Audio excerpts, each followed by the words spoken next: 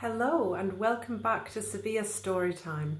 It's been quite a while since the last time that I uploaded a video where I'm talking like this to the camera.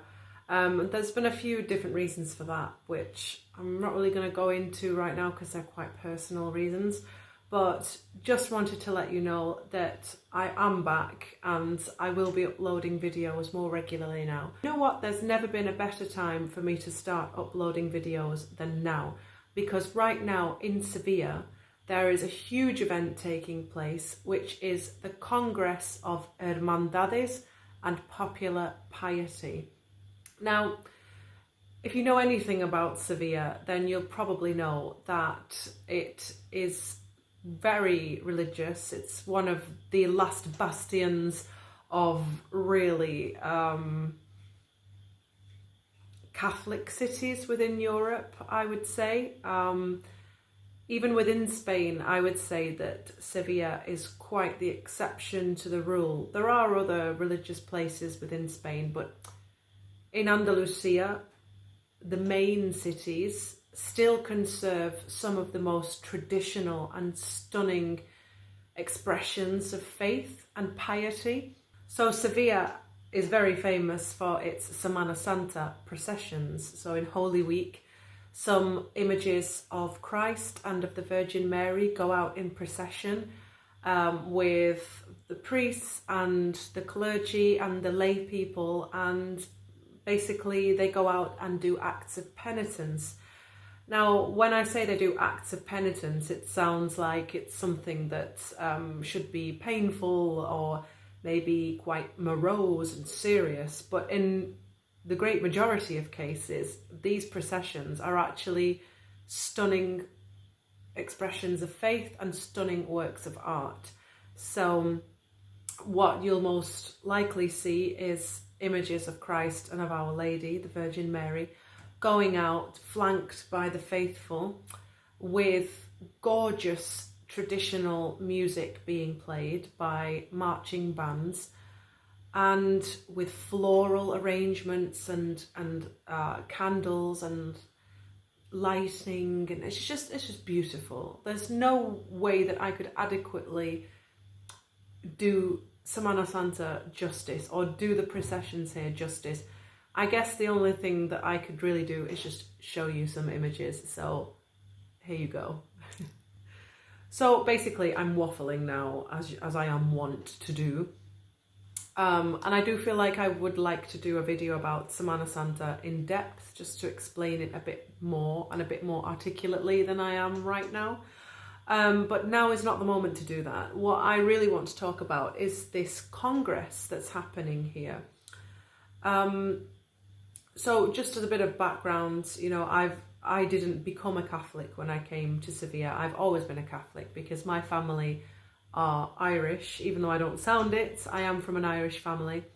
And my grandma was more Catholic than the Pope. So, so I've been very much brought up with that kind of Catholic tradition. And I do go to church, and I am a practicing Catholic, or at least try to be.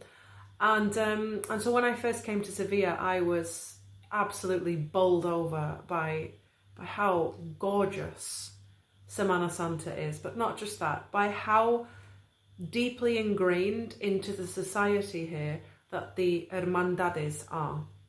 So the Hermandades are basically brotherhoods, or as I like to call them, confraternities. So when I was studying at university, we were taught about the medieval confraternities in England before the Reformation took place. And when I arrived in Sevilla, I thought, oh my God, they still have confraternities here. That's amazing. It's like not a historical relic. These still exist. And so naturally, me being me, I ended up joining 4 Hermandades. So I'm what they call a sister. I'm not a nun, by the way. This is not a nun thing. This is all about being part of an organization, or it's so hard to express in English because we have nothing like it. But basically they're just like church communities where people share in their faith and yeah, just live life together. So I'm totally not doing this justice.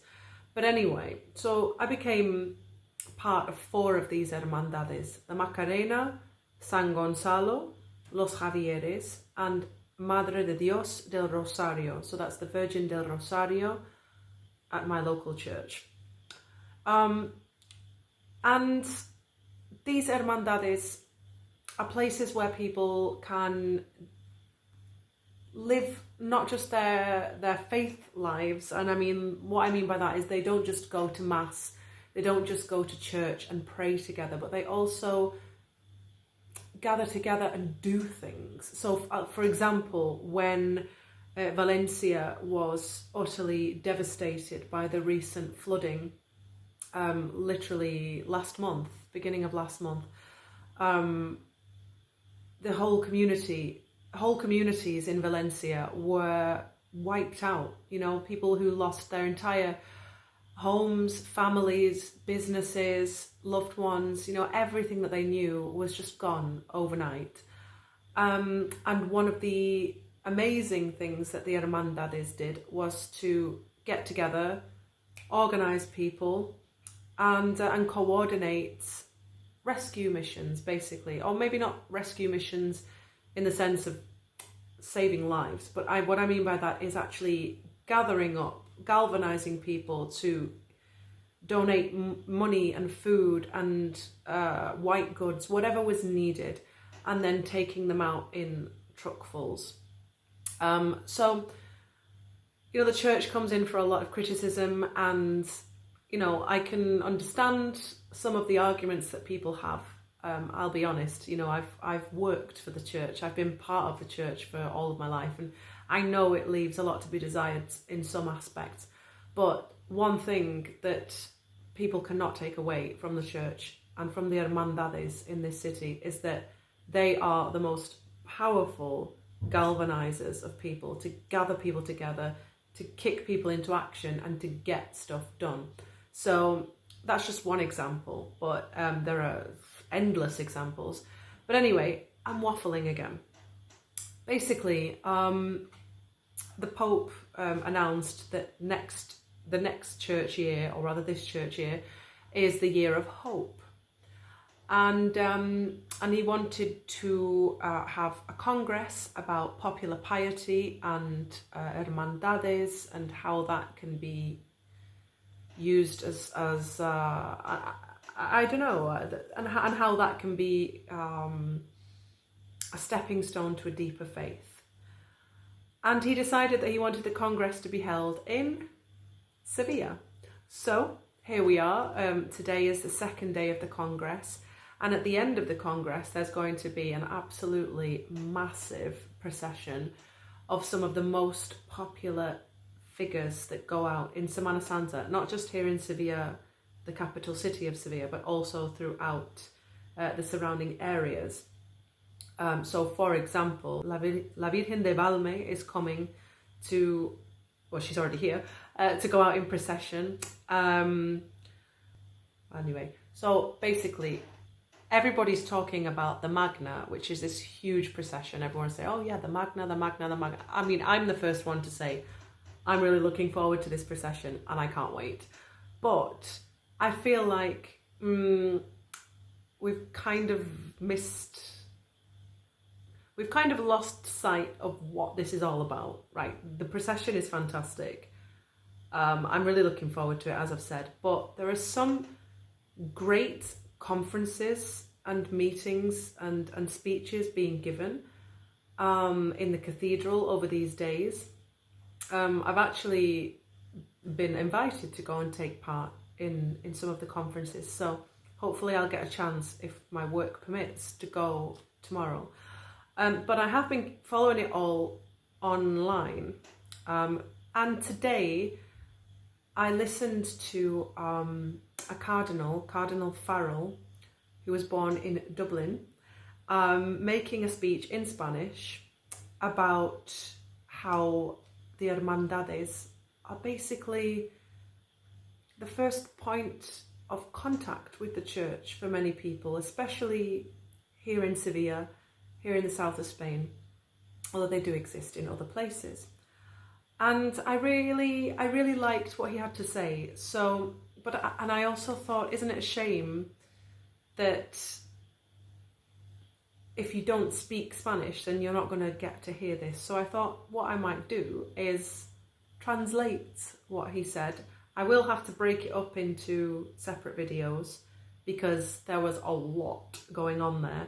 And I don't just want to do this with Cardinal Farrell's work as well. I've been listening to a lot of speeches and there's been some real nuggets there that I would like to share with you. So what I thought I would do is just give you the first quarter, which is a lot anyway, the first quarter of the speech that he made this morning when he opened up today's conference, and hopefully this will be of some use to someone. It might not be 100% relevant to people who aren't in cities or communities where there are not hermandades. Like, for example, I'm from Manchester, so I'm not from Manchester, but I was brought up in Manchester, so I feel like I'm from Manchester. We don't have hermandades in Manchester. They don't exist. But I was part of a university chaplaincy community for the best part of 10 years, which was very, very akin to what an hermandad is. And I know there are plenty of parishes, plenty of community churches and organisations that share a lot in common with hermandades, with the way that they work. So I thought this message is relevant for other contexts as well. So even if you're not a member of an hermandad, then this is still for you. If you're, and even if you just want to know more about how these communities work, I reckon this could be useful for you. And if you are part of an hermandad and you're listening to this, then you're getting your English practice in for the day. So look at you, free English lesson.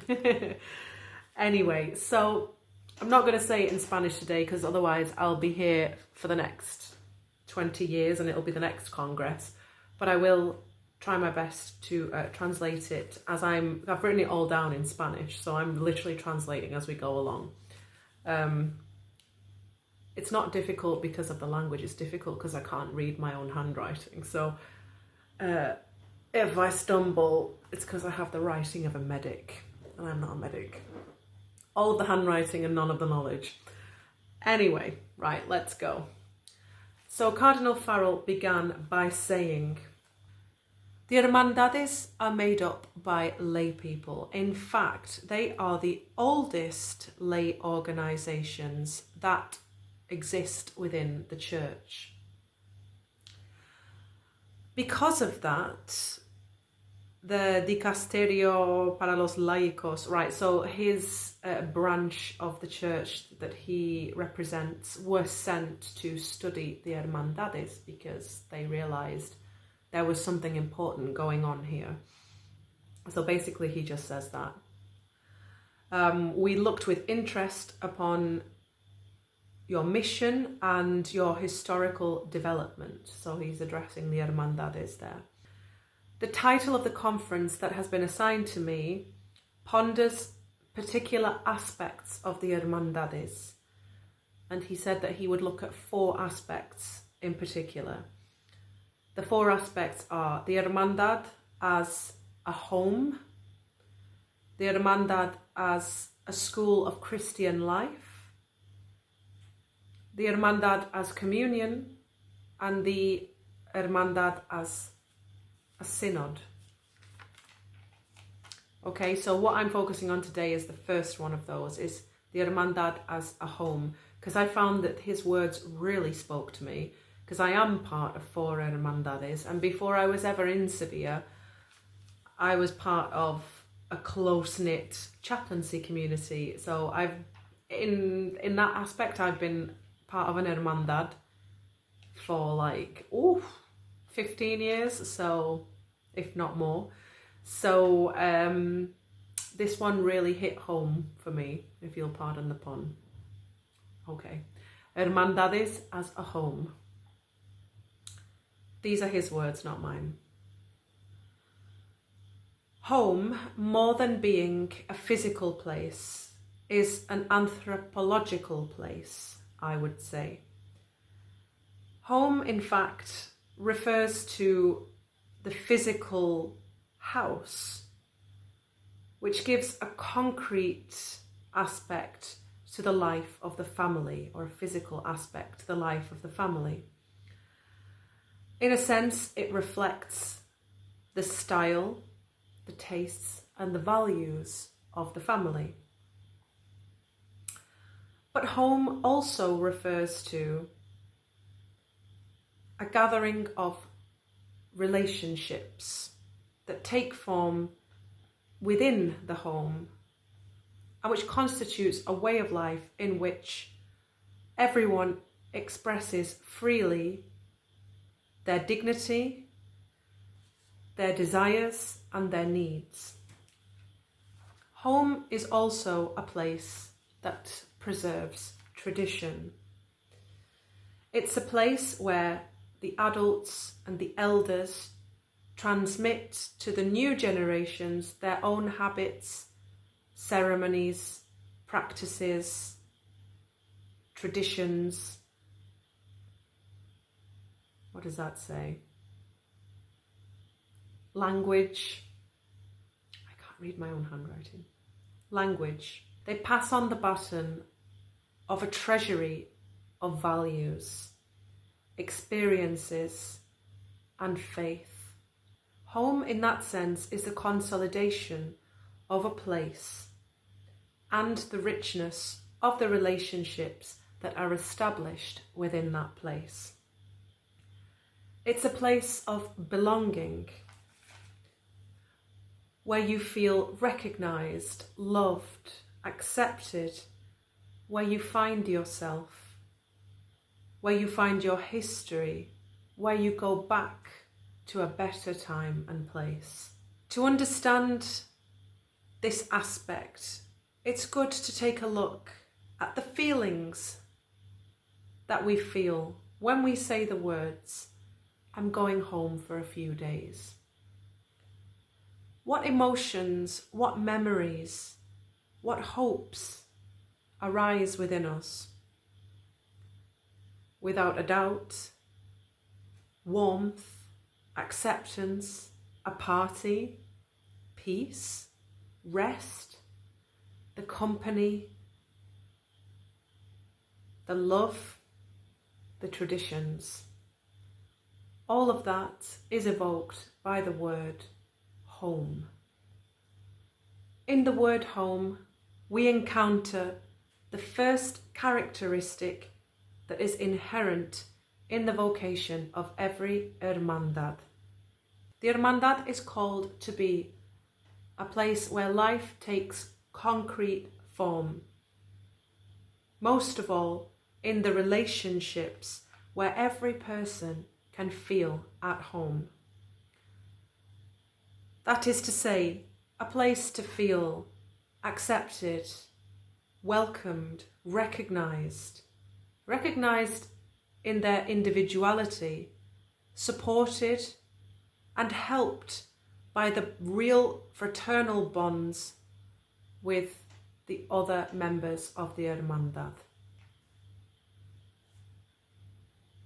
It should be a place where you feel part of a family, where you find yourself part of a community of people united by strong human and spiritual bonds, and where you can rediscover your own past, the past of your land, that is to say, your country, the past of your ancestors, and by rediscovering your roots, reinforce your identity. What is the opposite of all of this? What is it that impedes the hermandad from being perceived as a home for all of its members? In the first place, the coldness of the relationships. This can happen when people start to become anonymous, and so instead of being brothers within a brotherhood, other people start to become strangers to us, anonymous. The Hermandad can also cease to be a home when relationships become bureaucratic and lacking in sincerity. This can happen when we only join up to complete certain obligations, but we don't share our lives together. When we don't open our hearts to other people. Or when the relationships are just limited to the roles that each person has to play in the Hermandad within the hierarchy that's created by the group. In this way, people begin to hide behind the roles that the Hermandad has given to them, but with no real encounter between members of the Hermandad. Instead, people begin to think about the logistics of power, seeking their own social prestige and the boosting of their own ego, instead of disinterested service and a real encounter with another person. As such, it's necessary to keep constant care so that each Hermandad preserves a family dimension, so that it continues to be a home, a place where each person can find themselves and be with others. It is the responsibility of everybody within the Hermandad to preserve a real climate of brotherhood, fraternity, so that the indifference and the individualism of contemporary society does not infect these associations. There you have it. That is the first part of this 4-part speech that the Cardinal made. Very strong words. And one thing that really struck me, apart from how true the words that and how pertinent these words are, was how this man, who was born in Ireland and has lived in various parts of the world, seems to have really grasped really well some of the real challenges that face Hermandades, as well as, you know, the beautiful aspects of Hermandad, the benefits, the reasons why we want to form part of Hermandades. But he also grasped the challenges that we face and the things that we need to take care with. And I was very impressed with that. I was impressed with how Sevillano he seemed to be in his line of thought. I know that sounds strange coming from me because I'm not Sevillana either, but I do feel Sevillana in many ways. Oh my God, if I had €1 for every time someone said to me, "You're more Sevillana than I am," I would be a rich woman indeed. But yeah, just that he just seemed to have completely grasped where we're at with the Hermandades at the moment, and not just now. It's indeed throughout history, because human nature is like that. Human nature is complicated. We're all made up of lights and shadows. That's just the way it is. And we can be incredibly altruistic, but we can also be incredibly tribal. And I was reflecting upon it, and even though, I mean, I don't know the personal ins and outs of Cardinal Farrell's life. I don't know how well versed he is with the Hermandades. But I thought, you know, if he isn't part of an Hermandad and he hasn't come into close contact with them, and this isn't just a result of his research, it just says a lot about human nature. It says a lot about how universal all of these experiences are. As I said before, you know, I've had the beautiful and challenging experiences that I have here in the Hermandades. I've already experienced them all when I was working and living in church communities in the UK. They're very, very human experiences. We're flawed, that's how it works. But there's also so much potential and so much light within these communities. And I also thought it revealed a lot about how universal the church really is. Anyway, so I don't really want to expand too much on my own personal thoughts about these words, because they're for a conference. This isn't a round table, because it's just me talking into a camera. Although I would like to know what some of your thoughts are on the words that I've read out and translated.